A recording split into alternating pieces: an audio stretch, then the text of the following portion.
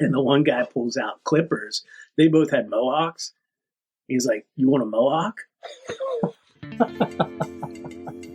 Welcome to 10-Minute Travels. With me as always is Phil Freeman. And with me as always is Shane Patrick. And today we're going to talk to Willie Costello, train conductor. Let's get right to it, shall we? The people that like the graffiti was phenomenal. Wait, I'm sorry. So the graffiti artists are hanging out in the siding waiting for trains to get sidetracked? Okay. Because they know that's where, and they know that sometimes a train can be there for a long time. And some of the graffiti I saw, it started to get to a point where you recognize either the artist or the group of artists, like their style. But I mean, I was like all the way down to photorealistic. Pretty sure it was the same guy. And interesting choice of things. But one time was a photorealistic gorilla on the side of a train, and one time it was Jennifer Aniston. But they were amazing. And where we started, where we're going. Yeah. And I mean, sitting in a siding, especially like days we were there for 8 hours. Sometimes a mural would be more than one car. So did you get to see them grow? Never. Oh, see the murals grow? Yeah. Well, you're sitting there. Did you ever notice getting Never tagged? once saw them, which I think is amazing. Even though the statute of limitations is over and you never actually saw them? No, I think, yes. Statute of limitations, I have no names, but I thought it was amazing how big of a mural, an entire side of a car, sometimes it was smaller. But from the time you left to the time you got to where you were going, there was usually some type of graffiti on your train.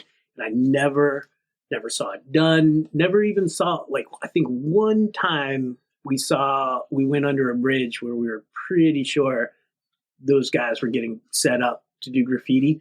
One time out of hundreds of train trips. They were very stealthy. Interesting.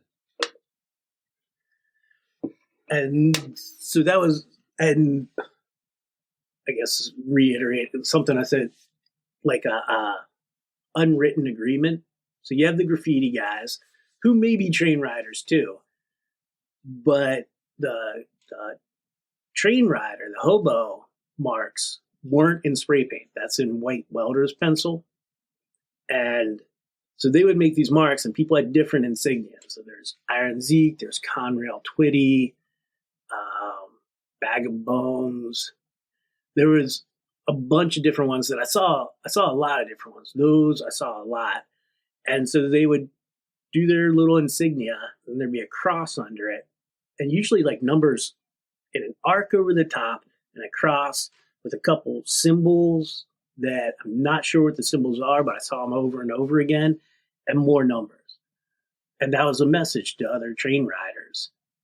And so the graffiti guys, if it was newer, which a lot of times you could see a date that was pretty obvious, but they would paint around it. They would always leave, most of the time, I guess, different, it's a lot of different people. There were a lot of times that you could see where the graffiti artists went around the hobo marks. So the hobo marks are on the train cars as well? Yeah. Okay. So the town that I was raised in, back in when my grandfather was a child, had the largest sawmill in North America. So they would get logs sent from everywhere via train.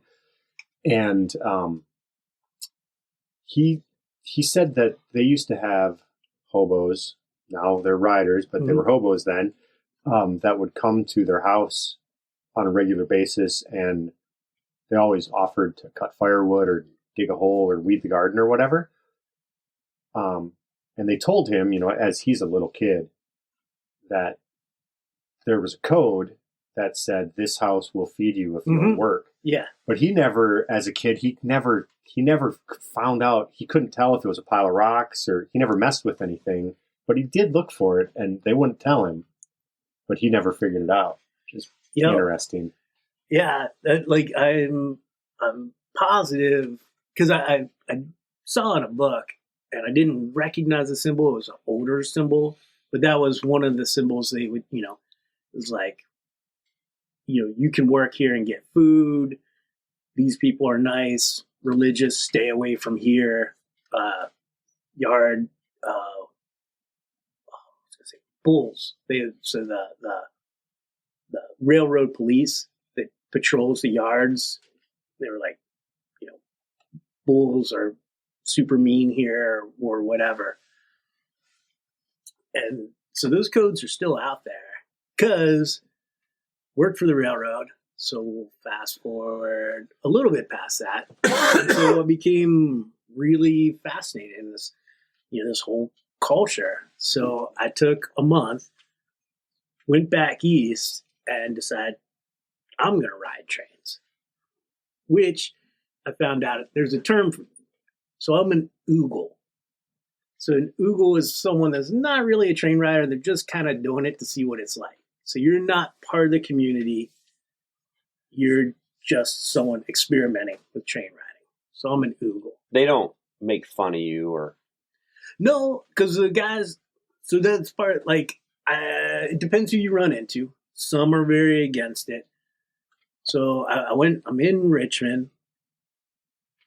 I go down to the train yard I used to work out of and hang out under the bridge that I know that's where the train riders get on. And so my buddy dropped me off near there, and I walked underneath, and I'm waiting because, by now I kind of know the trains, so I'm trying to head to Baltimore.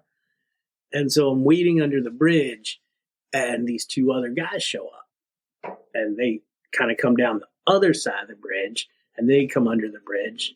And they're like, hey, talking to them. And man, through conversation, I learned the one guy was 18 and he was obviously the older of the two. And so these are young guys. And they both tell me they've been riding trains for years. And they look it like you can just kind of tell. And there's a dog. So that definitely.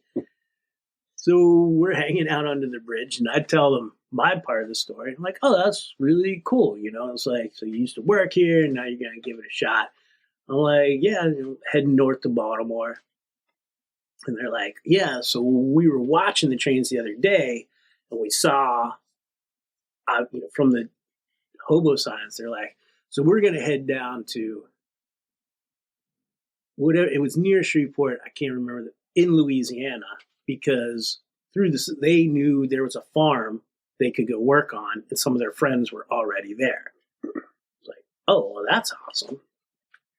So so they're waiting on their train. I'm waiting on my train. And we're just talking back and forth for a little bit.